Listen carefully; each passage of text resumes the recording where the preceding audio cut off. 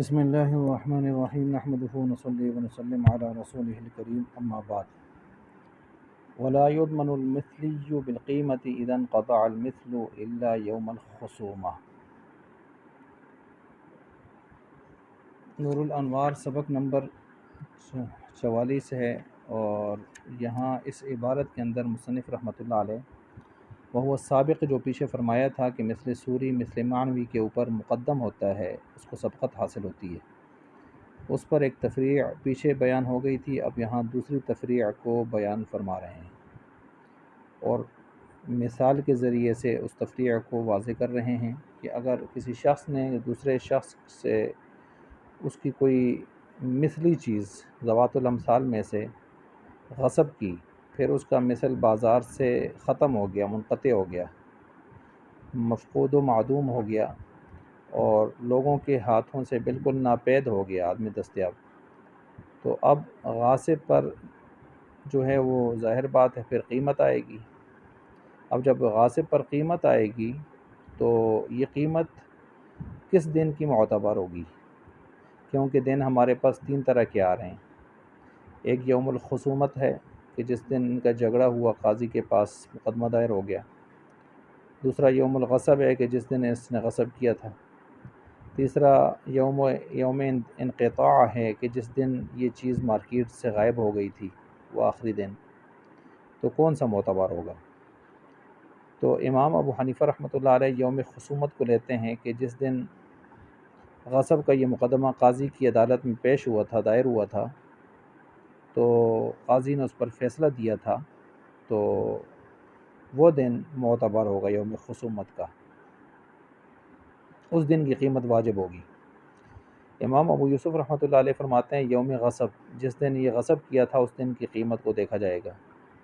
امام محمد رحمۃ اللہ علیہ فرماتے ہیں کہ یوم انقطاع، جس دن مارکیٹ سے یہ چیز غائب ہو گئی تھی، آخری تاریخ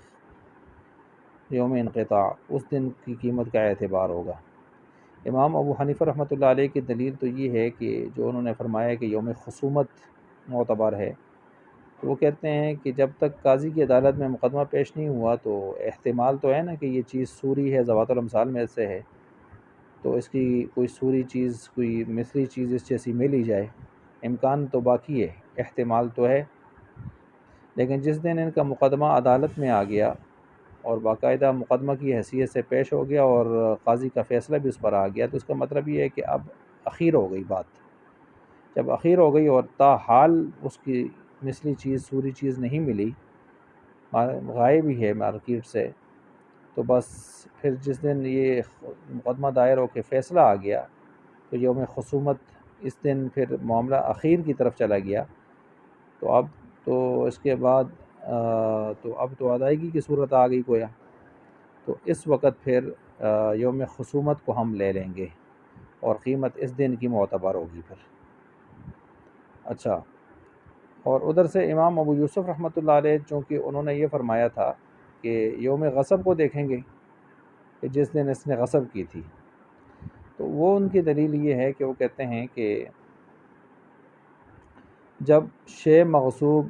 کی مثل بازار سے منقطع ہو گئی، لوگوں کے ہاتھوں سے ناپید، عدم دستیاب ہو گئی، تو یہ ذوات القیم اشیاء کے ساتھ تو لاحق اس ہو ہی گئی نا۔ جب ان کے ساتھ ہو ہی گئی، یعنی جس طرح ذوات القیم کا پھر کوئی مثل نہیں ہوتا، اور بالاتفاق ذوات القیم والی جو چیزیں ہیں ان میں بالاتفاق یوم غصب کی قیمت معتبر ہوتی ہے، تو جب اس کو ہم نے یوم ذوات قیم کے ساتھ ملا دیا تو اب یہ ذوات القیم والا حکم ہی لے گا نا۔ تو جب ذوات القیم والا حکم لے گا یہ ذوات الامثال بھی، تو پھر ذوات القیم کا حکم بالاتفاق کیا ہے؟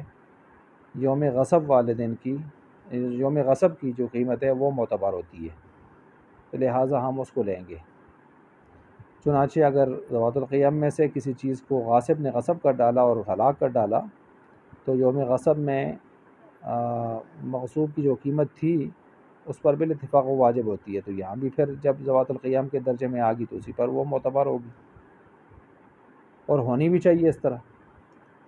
لیکن ہم اس کا جواب یہ دیتے ہیں کہ مثلی چیز کو ذوات القیام پر آپ قیاس نہ کریں، ذوات القیام الگ چیزیں ہیں، الگ نوعیت کی چیز ہے، اور ذوات الامثال الگ ہے، تو آپ ذوات مثلی چیز کو ذوات الامثال کو ذوات القیام پر قیاس نہ کریں، دونوں کا حکم جدا ہے۔ اور یہ قیاس کرنا، لاحق کرنا اس کے ساتھ ٹھیک نہیں ہے، کیونکہ ذوات القیام میں اصل یہ ہے کہ غاصب اصل چیز کو، عین چیز کو واپس کرے نا، اور جب ہلاک ہونے کی وجہ سے، ہلاک کرنے کی وجہ سے عین شے کو واپس کرنے سے عاجز ہو جاتا ہے، تو پھر ہم اس لیے کہتے ہیں کہ یوم غصب کی قیمت معتبر ہوگی۔ اور اس صورت میں یوم شے مغصوب جو ہے وہ چونکہ ذوات الامثال میں سے نہیں ہے، تو تب ہم یہ کہتے ہیں، کیونکہ ذوات الامثال میں سے نہیں ہے تو مثل واپس نہیں کر سکتا نا، تو پھر یوم غصب کو ہم ڈائریکٹ لے لیتے ہیں۔ لیکن ذوات الامثال میں تو ترتیب یہ ہوتی ہے کہ غاصب عین شے کو واپس کرے گا، نہیں کر سکتا تو عین شے واپس کرنے سے عاجز ہو جاتا ہے، تو پھر مثل شے تو پیچھے رہتی ہے نا، مثل شے دے دے۔ جب مثل شے بھی دستیاب نہ ہو تو پھر ہم اس کا عجز جب ثابت ہو جائے گا تو پھر اس کو ہم قاضی کی طرف لے کے جائیں گے، بھائی اب یہ تو عین شے بھی نہیں دے سکا اور مثل شے بھی نہیں دے سکتا، تو اب قاضی کی فیصلے کی طرف محتاج ہوں گے اور اس طرف لے کے جائیں گے، تو پھر ظاہر بات ہے یوم خصومت کو ہم لے لیں گے، کیونکہ قاضی کی طرف جو معاملہ گیا ہے اس ترتیب سے۔ امام محمد رحمۃ اللہ علیہ تو یہ کہتے تھے کہ یوم انقطاع جس دن یہ مارکیٹ سے غائب ہوئی ہے،